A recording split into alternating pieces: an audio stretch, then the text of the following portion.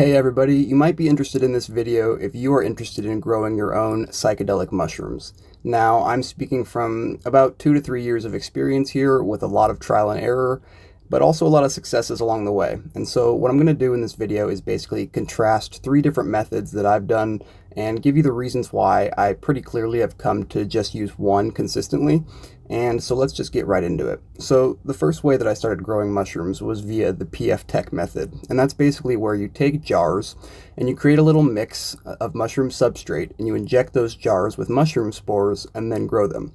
And I have some reasons here why I don't do that anymore and just why I didn't find it all that beneficial as a way to grow mushrooms. And so the main reason is that it was very time consuming for a very low yield.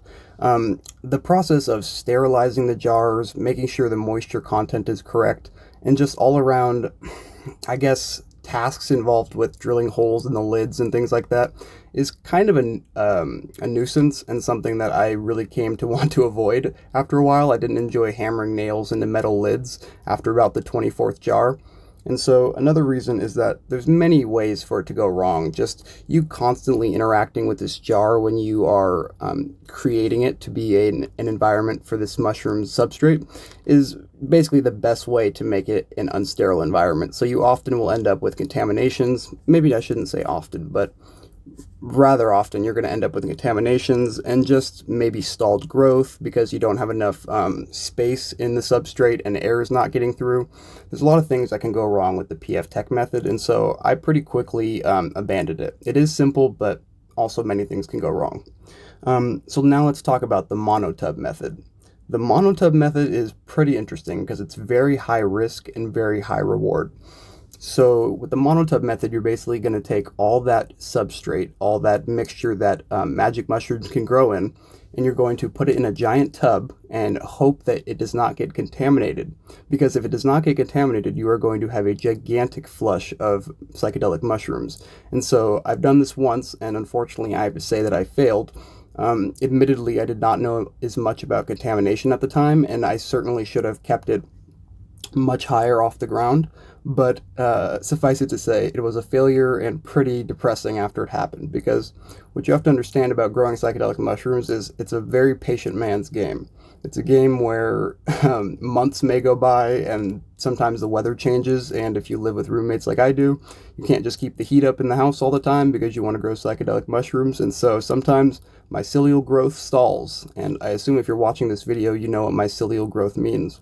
Another major downside, in my opinion, of these two methods is that the fruiting chamber takes up so much space. So with PF Tech method, you're basically going to have to put your jars inside another big tub, and that's going to have to be controlled for humidity and airflow and other things like that. And so what I've done previously, and actually did for a long time, was, just basically have a gigantic tub on my bookshelf over here, which, I think is cool because I'm dorky and a nerd, but I don't always like to have a gigantic mushroom box having to sit somewhere in my room. I think it's also worth noting that the fruiting chamber itself is not a quick thing to construct.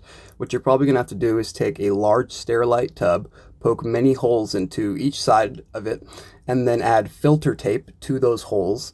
And then you're going to have to go purchase vermiculite and pour it on the bottom of the fruiting chamber and allow moisture to accumulate. And then you're going to have to regulate the humidity of the chamber. And then you're going to have to open that lid maybe 3 to 4 times a day and fan your product. And so eventually it becomes like a plant that you have to tend to 3 times a day. And let's not forget that each time you open that lid, you reintroduce the possibility of contamination. And so I think you might be able to start seeing why I don't really like the PF Tech method if it results in having to utilize a fruiting chamber. Now with the Monotub method, at least the Monotub itself can be the fruiting chamber, but now think about what you're probably growing in. If you're doing the Monotub method, you're likely using a large tub. So think of like a Christmas tub or something like that. And so really you're going to have to occupy a ton of space in where you're growing these mushrooms. And, maybe you're just more lucky and you have a discrete area of your room to put these in, but I really don't, and so I kind of just had to be loud and proud about it, which I was, I suppose. And so all of this brings me to what I currently use to grow mushrooms, and that is an all-in-one mushroom substrate bag. Now, this might seem a bit boring, this might seem a bit unexciting, but basically what it is a bag that contains 3 different important mushroom substrate components. I believe it's straw, manure, and rye grain.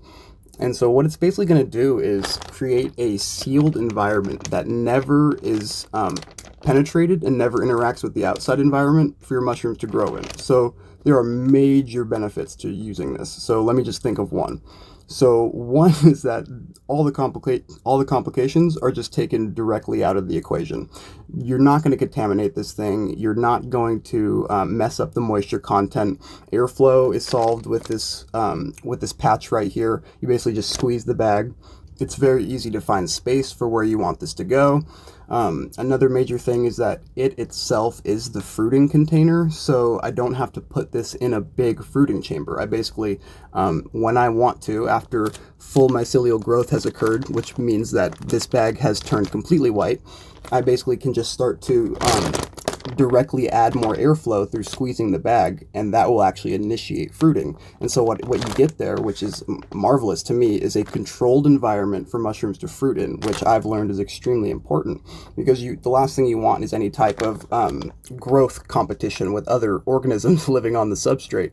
So, and also what I found with an all-in-one grow bag is that your flushes are going to be very consistent. Now, there's nothing worse than putting in a month work of effort into growing mushrooms and finding that you have very little to show for it, such as with the PF Tech method or something like that. With this, you can pretty much expect anywhere from a half ounce to, who knows, all the way to an ounce per flush with these. And so you may be wondering how this is used. Maybe you actually aren't familiar with this. So basically what you're going to do is take a syringe, which will have mushroom spores in it. You're going to be careful. You'd be wearing gloves during this, and you're going to attach a needle to it, sterilize that needle, and basically puncture this bag, and just make sure that you evenly distribute this spore solution throughout the bag.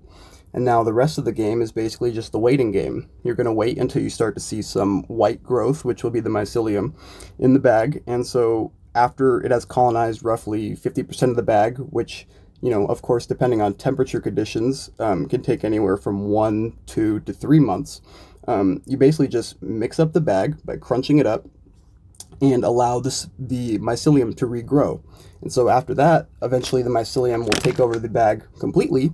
And so after it takes over the bag completely, you basically are ready to start fruiting it.